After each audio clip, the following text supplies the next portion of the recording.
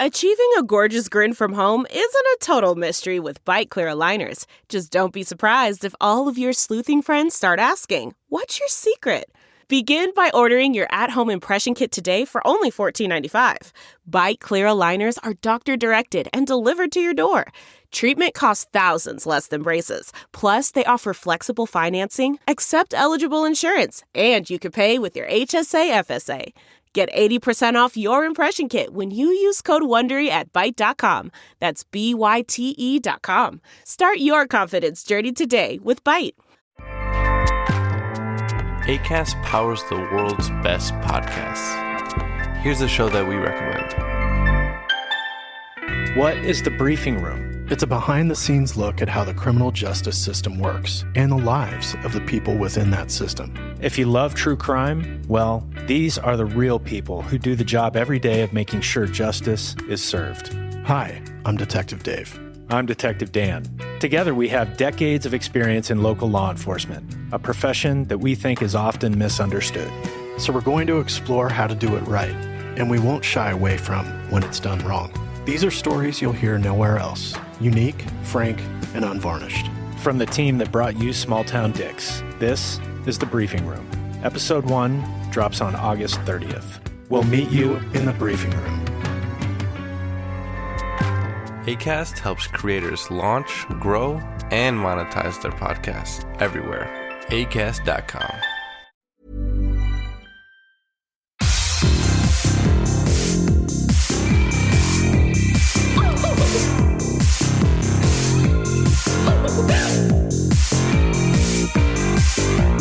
Somebody please think of the children! And happy holidays, and welcome back to Little Cuts, our weekly mini-sode where we dig into the things that we've been watching recently. I'm Terry. And I am Mary Beth. And this week we're talking... And if you are watching us on Patreon, hopefully you'll see us simping hard for Liquid Death. Yeah, there's our Liquid Death. Liquid Death holiday sweater. And yes, and then of course, we both have our Liquid Deaths. Shills. Corporate shills. That's all we are. That's all we are. And I don't care. Yeah, Mary Beth got the sweater, and I was like, there's a sweater? And so, of course, I had to order one, too. Yes. My friend bought it for me. She said, this is the perfect thing for you. And it's the perfect thing. It's comfortable, too. It really is. I'm actually really warm. I know. I turned off the heat. Well, I had to turn off the heat anyway, but I was like, well, at least I'm wearing this, like, very thick sweater, so I will be very warm. But yes, this is... I wore this during an HR meeting at work. It was really funny. Yes! I was like... Merry Christmas. Happy holidays. And so, well, this week we are talking a lot of stuff. We're talking Sam Raimi Westerns, sad Irish boys, monochromatic religious horror. Everybody. Yes, you got it. Melt your body. I'm so glad it was right. I just decided to go for it. So yes. A queer romance in Twitter's current movie of discourse. Are that the same thing or two different things? Two different things. Okay. I was like, is this a queer romance? Twitter's current movie of discourse. And then, of course, the spawn of a killer doll. The spawn of a killer doll. So many things to talk about. Got a lot of range going on. Always. Never a dull moment on Scarred for Life. Absolutely. All right. Sam Raimi Westerns. I want to hear. So last weekend, Steve was like, do you want to just watch something like kind of dumb and fun? And I was like, yeah, of course I do.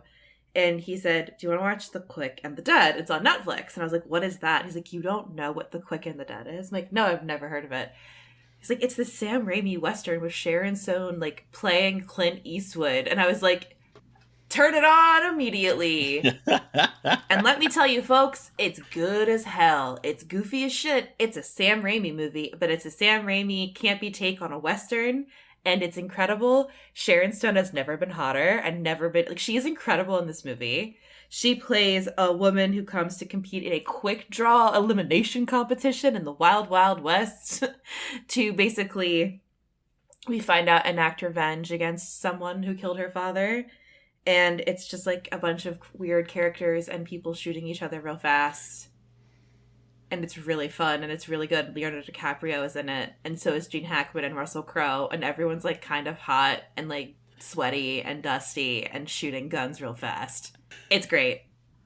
I know I've seen this movie because my dad is a huge Western fan. And so I'm pretty sure we saw it. I don't think he liked it. I would never have watched it again because I'm not a Western person. I did not realize it was directed by Sam Raimi. Did not realize that. Sure is. And so I'm not like, so Steve really likes Westerns. I'm not a huge fan. I can appreciate some of them, but that's just like not for me. This one is one to watch because it's Sam Raimi. You do like, he does like the crazy zooms and like, it's very campy and it doesn't feel like kind of the usual kind of maybe typical Westerns. And also Sharon Stone is in it. There's no love interest. She's a bad bitch. She doesn't fall in love with anybody. She's like doing it. And it's just like, it's incredibly well done. And again, it's silly. It's not perfect, but it's just like, mwah, perfect in its own way. So that's on Netflix. The Quick and the Dead. Sam Raimi stays winning forever. I love him. He is such a good director. God, he's so fucking good. But, everybody, yeah, melt your body. What? What is this? So, this is Body Melt from 1993. Okay. It is part of my backlog. This one was recommended by former guests of the show and also a fellow Patreon member, which is awesome. Carter Smith. Director Carter Smith. The love of my life. I love him.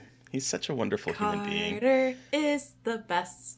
We love you. He really is. I love him. And I honestly, you know, they always say like don't meet your heroes, and then we talk to Carter and I'm just like, no, sometimes you can. Carter and I got soup dumplings in Montreal and it was incredible. We love you, Carter. See, I'm jealous. I want this for me. We're gonna make it happen. Anyway, I know. Body Melt? Okay, yeah. So this has become a Carter Smith Stan podcast. That's it. Really, any podcast should be. Come on. It's true. I agree. Turns out I have seen this movie before. Love that for you. I have seen it. I watched it pre podcast. I actually wrote a review for it.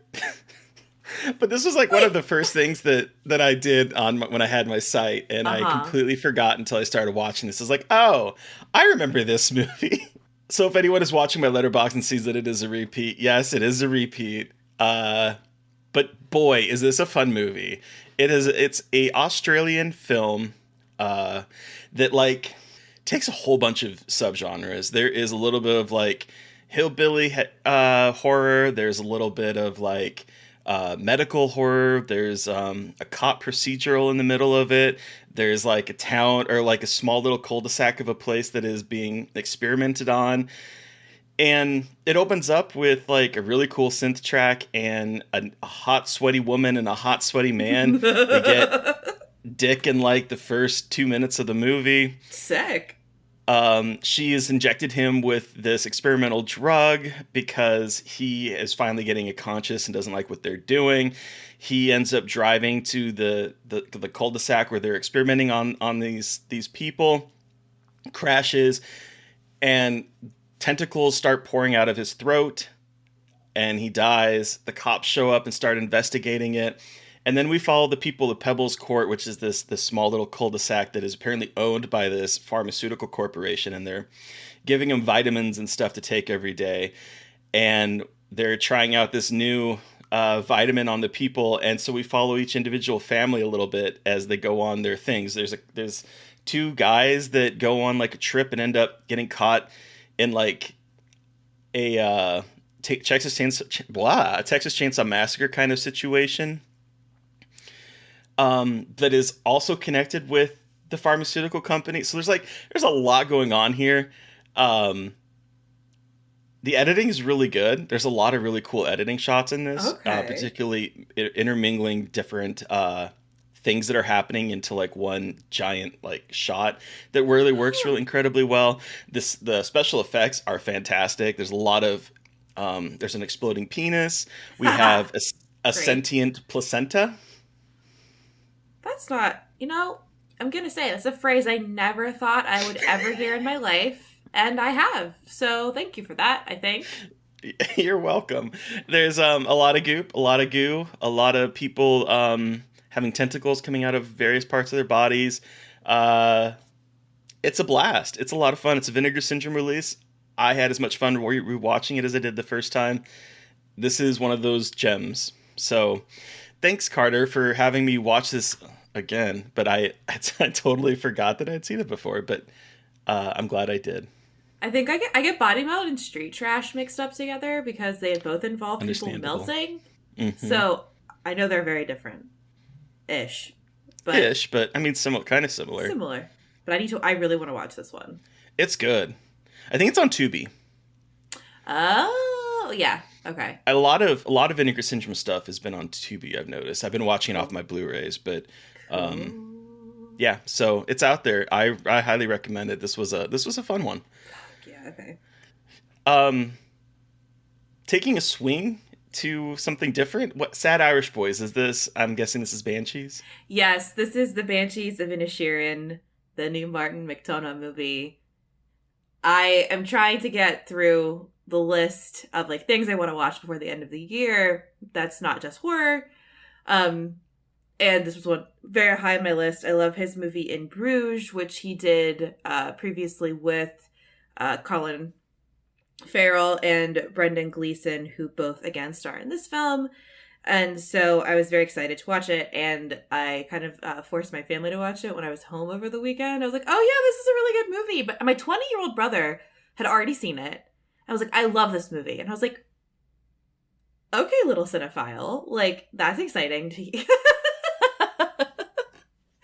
And so, we lost my parents while watching it. Stepdad didn't like it. My mom fell asleep because they like action movies, and this movie is very quiet, but it's absolutely fucking incredible. It is so fucking sad, and it's not a horror movie, but I would argue it's horrific. I've heard people call it a thriller at some points, and I've seen the trailer, and I'm like, I was like, I don't really see that there, but it's definitely like a dark comedy. Okay. Like fucking dark comedy that is like fucked up. So it follows these two guys. It's during the Irish Civil War. It's the 1920s in this fictional island of Inisherin off the coast of Ireland. It's an Irish island. These two friends, Colin Farrell and Brendan Gleeson, they've been friends, and then one day Brendan Gleeson's character decides, no, I don't want to be your friend anymore.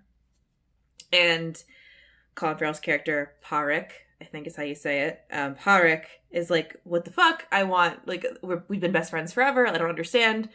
And it's a breakup movie, but with two guy friends, and a guy kind of discovering that everyone thinks he's kind of an idiot, and that he isn't, like, no one takes him seriously, and this friend breakup kind of having him realize that he doesn't really have anyone or anything. And it's rough, but it's beautifully shot. Like, it's absolutely gorgeous. The script is incredible. The acting is incredible. And it just builds and builds and builds. And I think Martin McDonagh's really good at these kinds of things where it's like, it feels like slice of lifey, but taken to a, like, almost like to a little bit more extreme. Like, at one point, Brendan Gleeson is cutting off his fingers and like throwing them at Colin Farrell's house. So like, it's a movie that isn't horror, but it has horrific elements that are like absolutely ridiculous. But it's a gorgeous movie. It's all the praise it's getting, it deserves, to put it that way. Okay. I was thinking, I was like, have I even seen any movies that this guy's directed? Martin McDonough? Yeah. McDonough. And I guess I have seen 3 Billboards. Yeah, I know. That's a little iffy. That's an iffy one. But I've not seen any of the other ones he did. In Bruges is really good. It's a lot of like heard. existential talking about your purpose in life with like a violent bent to it. So that's what he's good at. So. And I don't think I've seen Seven Psychopaths, although it looks familiar. Maybe I have. I don't know if I have seen. I'm just looking at this cast, and I'm like, Yeah. I think I've seen it, but Yeah. But so, you know, if you hear people talking about the Banshees of Inisherin, definitely check it out if you want to be a little bit sad. And also, please use subtitles if you can, because the Irish accents are strong with this one. Yeah, I bet. It's incredible. So a queer romance? Yeah, so swipping? Swippin'. We're swipping to something completely different. There's this Netflix series that is called Smiley, and it is a Spanish series from Spain, Spanish, and it is about this hunky bartender at a gay club that is tired of the hookup scene, and he has this boyfriend, this fuck buddy that he wanted something to be more with, and he gives him a call on a landline instead of calling from his cell phone in order to try to like get him to pick up because he's not answering his phone calls, and he leaves this really long voicemail. And it turns out that the person he called was not his boyfriend, but some other random guy who is an architect. And he's like, maybe I should call him back. And so they call back. They start this little flirtatious thing through the phone. And then the architect shows up at the bar for like a date. And he's totally not the kind of guy that Alex, the bartender, would go for. Because Alex, the bartender, is a 2-gym kind of guy who is like drinking protein shakes and has like abs for days. And Bruno, the architect, is sort of like not daddy, but like inching into his 30s. He's successful. He's a little in TV world frumpy. He's not frumpy at all. He's very good looking, but he's like definitely not the kind of abs for days, empty-headed fuckboy that Bruno or that Alex typically goes for.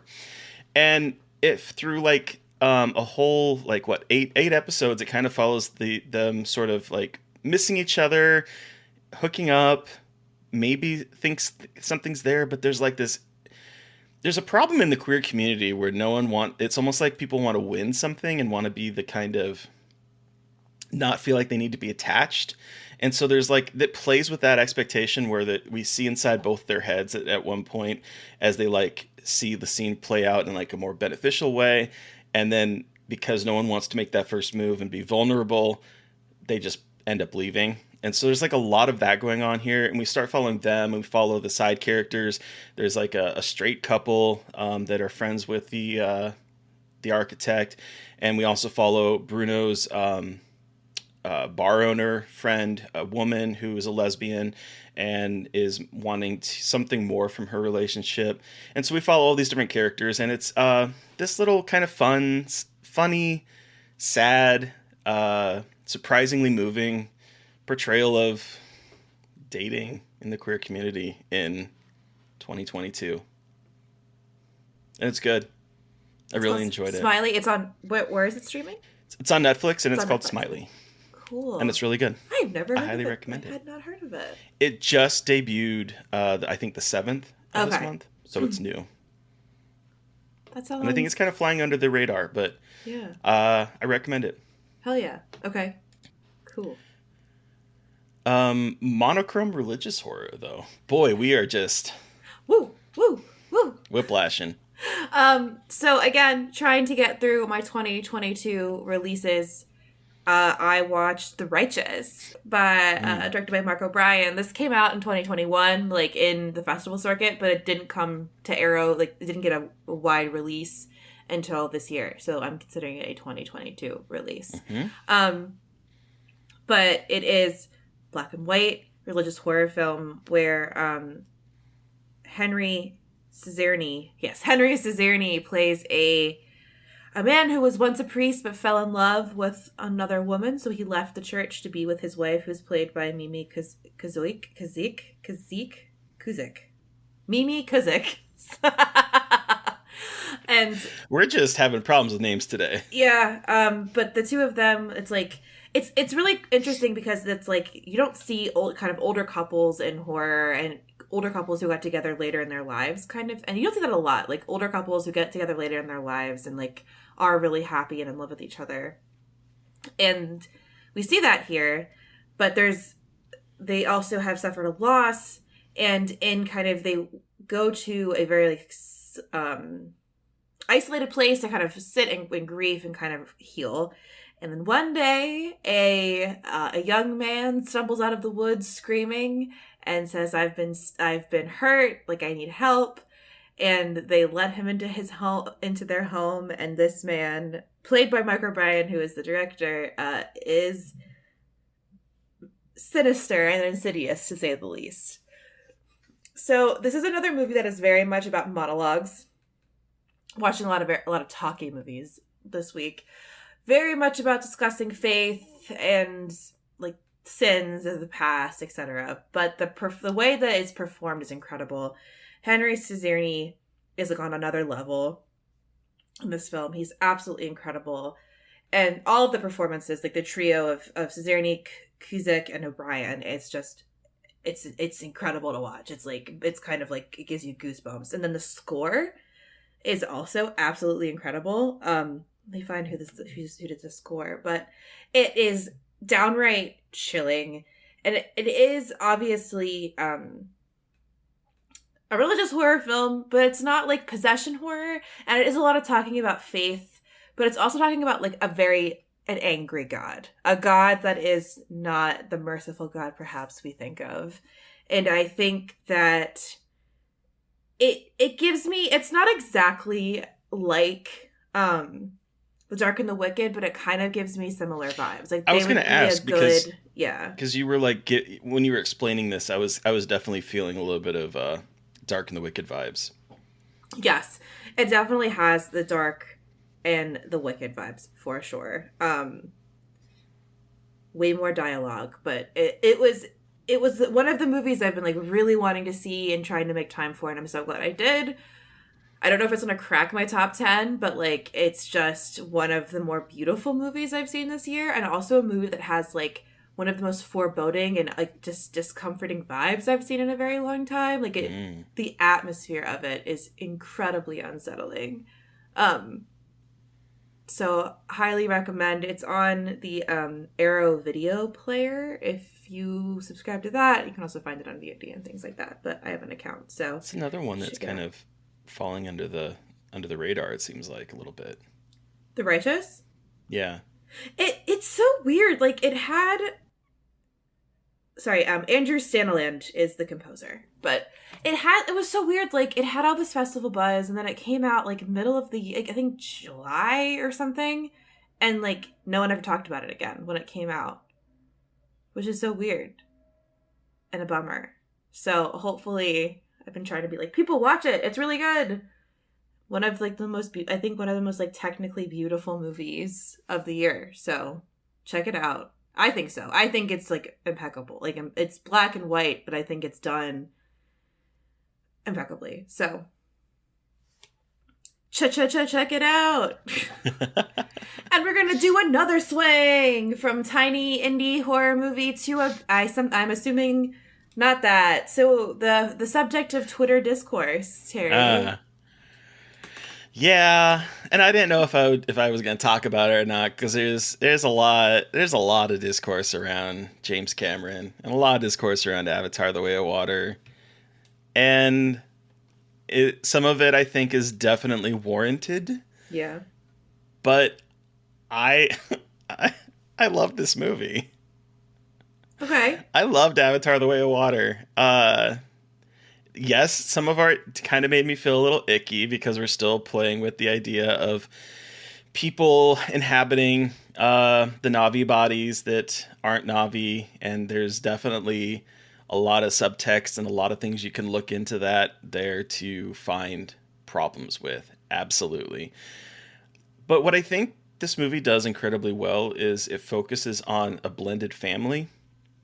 Okay. Between Jake Sully and his wife Natiri and their kids, and then also adopted kid played by Sigourney Weaver.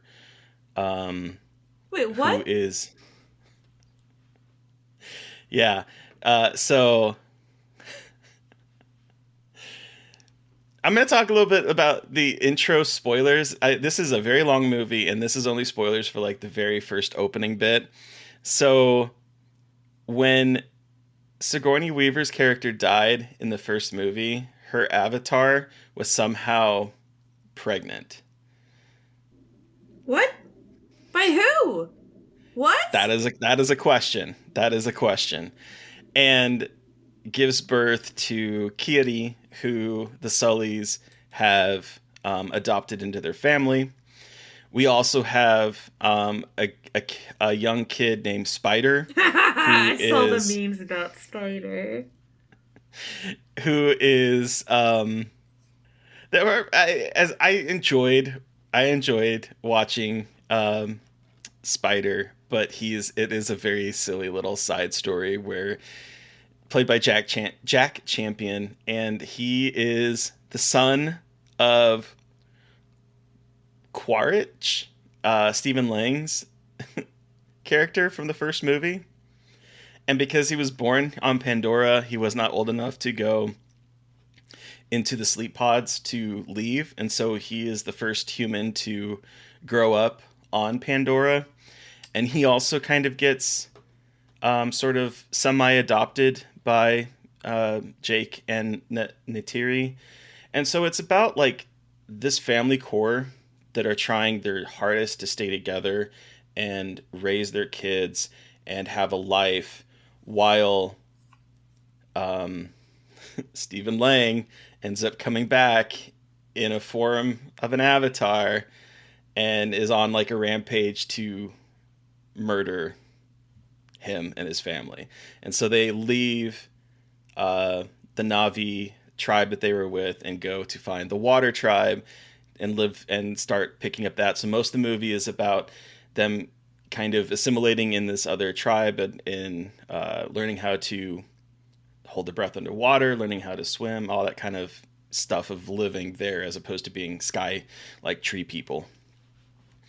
And it sounds ridiculous as I'm explaining it, but it feels very natural as you're watching this movie. And honestly, the reason why I love this movie so much is I love underwater stuff so much. I love things that have to do with water. I love any kind of movie that takes place near, in, or under water is like instantly one of my favorites. And James Cameron in water, you just can't go wrong. Abyss, Titanic, this. I'm sorry. He knows how to shoot underwater incredibly well. And to the point that like I believe that everything that's happening is real and not CG creations that are floating through water. And I don't know. I just was blown away by the way this movie looks. It made me really want to go back to Pandora. like the first movie made me want to go to Pandora.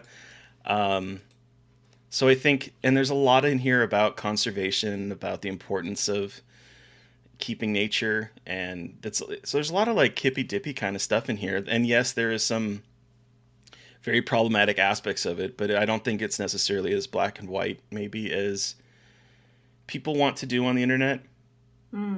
But I mean, if you like the first one, I liked the first one. I think on a rewatch it's probably 3.5 movie. This one is a 4 or higher. Oh, okay. It really moved me. I really liked it, and I'm excited to see what they're gonna do next. I'm sorry to say. Cool. I loved it.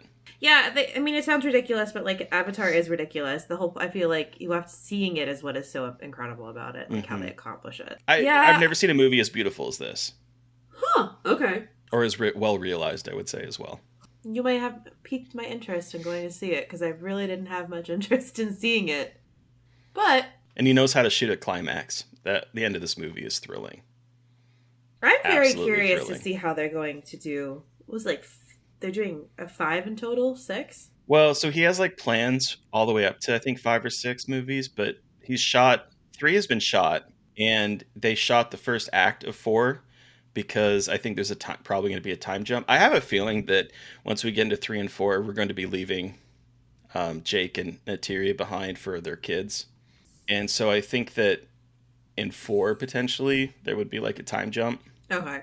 I mean, you know immediately whether you're going to want to go see this movie or not, but I would say as fans of the first one, if you are a fan of the first one, there's a lot to enjoy here. Sorry, it's not Avatar. Problematic. But... It's not Avatar. I'm just sick.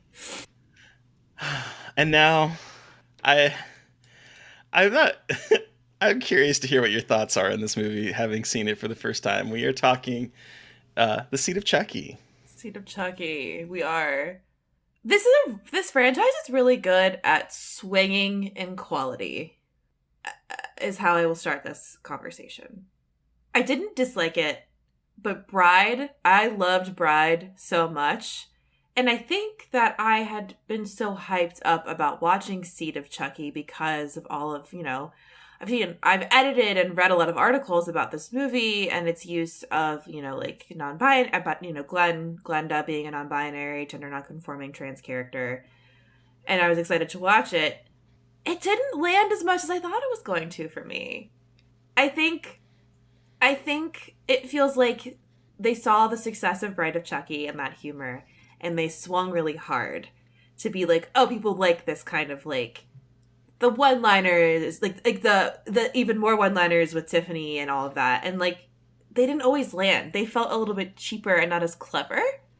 But I fucking love a meta-narrative with Jennifer Tilly being attacked by Tiffany and Tiffany wanting to be Jennifer Tilly. Absolutely incredible. 10 out of 10 plot, I will say. Like, incredible. Because my problem with Bride of Chucky was that I didn't give a shit about Julia Stiles and her boy toy, but having Jennifer Tilly be like the main focus with them, it's just so good. It's incredible. Yeah, that's my favorite part is I forgot how meta it gets with that, but I loved Tiff kind of simping for Jennifer Tilly, everyone being concerned about Jennifer Tilly's weight, which was a thing in the 90s. Just like all of that. There's like a quote, and I don't remember exactly what the context for it because I just wrote this quote down, but Bound is on TV. Gina Gershon is fingering me.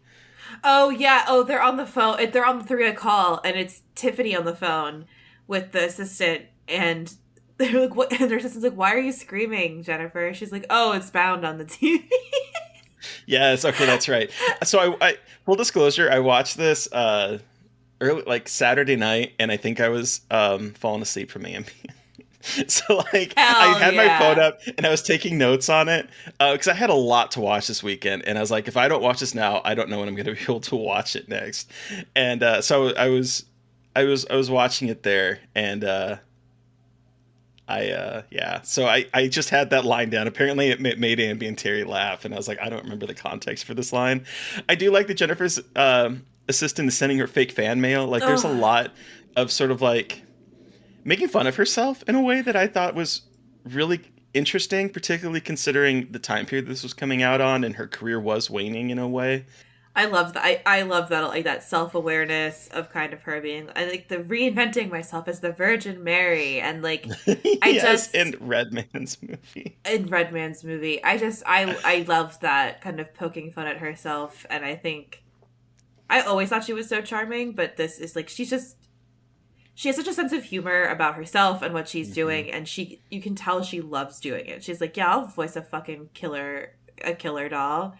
Like, who gives a shit? And I just think I just wish she was in more stuff. I think she is so incredible, and I think she's more than really just like a joke. I think she does have really good comedic timing, and I just love that these movies give her multiple ways to shine. And I'm glad that this show keeps like I've only watched a little bit of the show, but like her in the show, like just Jennifer Tilly forever. Jennifer Tilly in everything. Give her an award or something. She is just so good. But I guess like I did enjoy the Glenn. I was like surprised about the Glenn and Glenda stuff going on here. I know that's what a lot of people talk about with Glenn and Glenda, but when the character becomes crazy psycho Tiffany at the end, I was like, ooh, I don't know. This might have lost me a little bit in their representation.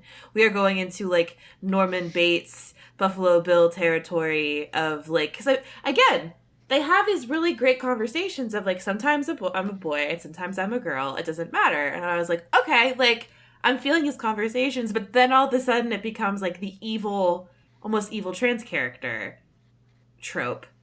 And I was a little bit disappointed in that. Yeah, I mean, yeah, I think the context of the time this came out too is really important. Yes, I was going to say 2004. And I do know that I did find, because I was curious if I could find some like quotes on it. And there was one where Mancini said the note that came down was, "This is too gay." And he said there was a lot of the core horror fans who are young, straight guys who were like, what the hell is this? He's remembering thinking back on this time. He talks about how, I think why gay men are drawn to horror is that outside identification with figures ranging from Frankenstein's monster to Carrie, you have the lonely, misunderstood monster, or what the world perceives as a monster, but we, the audience, are inside them with their hearts, and we know that they're beautiful, but misunderstood and corrupted by the evil world. And so I think that there's some interesting things definitely going on here, but I do agree that some of the way that it tackles Glenn/Glenda is a little early 2000s. Yeah, it definitely is. And I'm trying to read through. So Red Broadwell wrote a really awesome article for Dread Central about Seed of Chucky and horror outside of the binary, which we'll link in the show notes. They wrote this article for earlier this year, and it's a really, really awesome, like digging into Glenda's character and how they are kind of like the importance of them not being anatomically correct dolls versus what we've seen before, and how gender identity crisis kind of shapes their character. And it's a really awesome article, and I can't find just one quote because it's all so good, so I'm gonna link it in the show notes. I think it's a really interesting look, and they also analyze the part where Glenn/Glenda becomes like the evil doll, like that evil character. And so I think it is very 2004 representation, but it is the only non-binary representation I think that we have explicitly seen at all in horror, maybe. Like, I don't know if that's confirmed or not, but there is, like, we don't see non-binary representation in the horror genre. So, I mean, I think, like you said, Mancini did what he could in 2000 for the 2004 lens and understanding, maybe, of gender politics. Yeah. I did like the line that Glenn or Glenda says, where, "Can I be both?" Yes. I think that the TV series, here's the thing. I think I'm just bringing this on in the middle of recording, but I think we should tackle the TV series too after we continue with this. Like, okay, maybe 2 episodes a week or something. Okay. Because they're like 40 minutes, so that'd be like an hour and a half. Because I think that the second season is doing things with this storyline that I think kind of redeems maybe this character. Oh, okay. Good for you. Well, I still really enjoyed it. I think it's not on par with Bride, but I still think it's doing a lot of really cool stuff. It's doing the meta stuff. It's doing a lot of interesting work with gender. Jennifer Tilly is a dream. I loved her stuff, honestly, in this. But I'm still, of the two, I'm more of a Bride of Chucky fan than a Seed of Chucky. I think I am too. I think I'll agree with that. But then so next week we are continuing this journey with Curse of Chucky. We sure are, and that is another curveball of a film, because we are no longer in the horror comedy realm with this one. We are going gothic. Oh, really?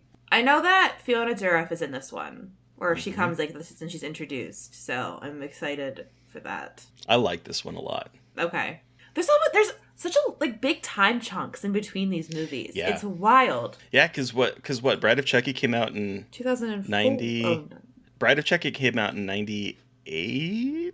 Yeah, 98, and then Seed was 2004, and then Curse is like what? 2014, 2013. Mm-hmm. Weird. Well, I'm excited to watch it. I really enjoy this one. Cool. Sweet. But who are we talking with on Monday, Mary Beth? So, on Monday, we are chatting with Alex Phillips. He is the director of the incredibly divisive horror film All Jacked Up and Full of Worms.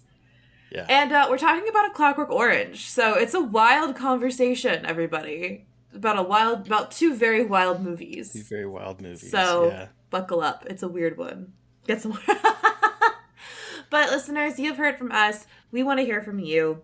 Did you watch a film that we watched this week and have thoughts? Do you have suggestions for things we should be covering?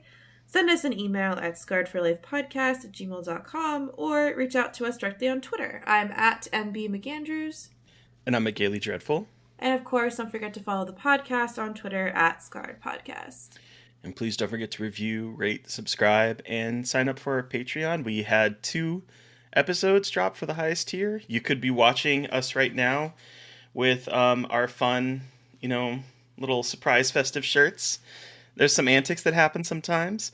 We're recording Fresh Wounds for January tomorrow, and we're really excited for it. I cannot wait to revisit this one. So yeah, there's a lot of content coming your way. Content.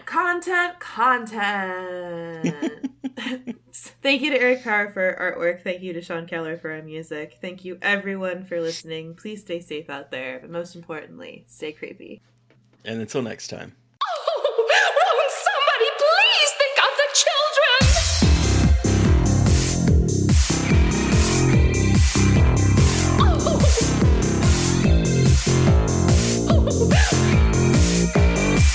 Won't somebody please think of the children?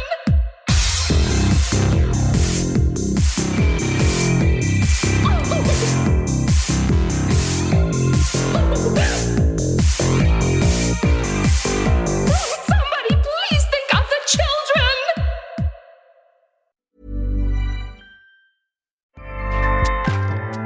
Acast powers the world's best podcasts. Here's a show that we recommend.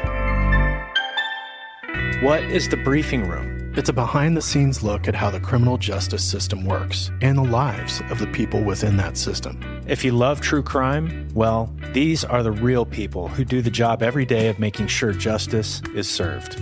Hi, I'm Detective Dave. I'm Detective Dan. Together we have decades of experience in local law enforcement, a profession that we think is often misunderstood. So we're going to explore how to do it right, and we won't shy away from when it's done wrong. These are stories you'll hear nowhere else. Unique, frank, and unvarnished. From the team that brought you Small Town Dicks, this is The Briefing Room. Episode 1 drops on August 30th. We'll meet you in the briefing room. Acast helps creators launch, grow, and monetize their podcasts everywhere. Acast.com.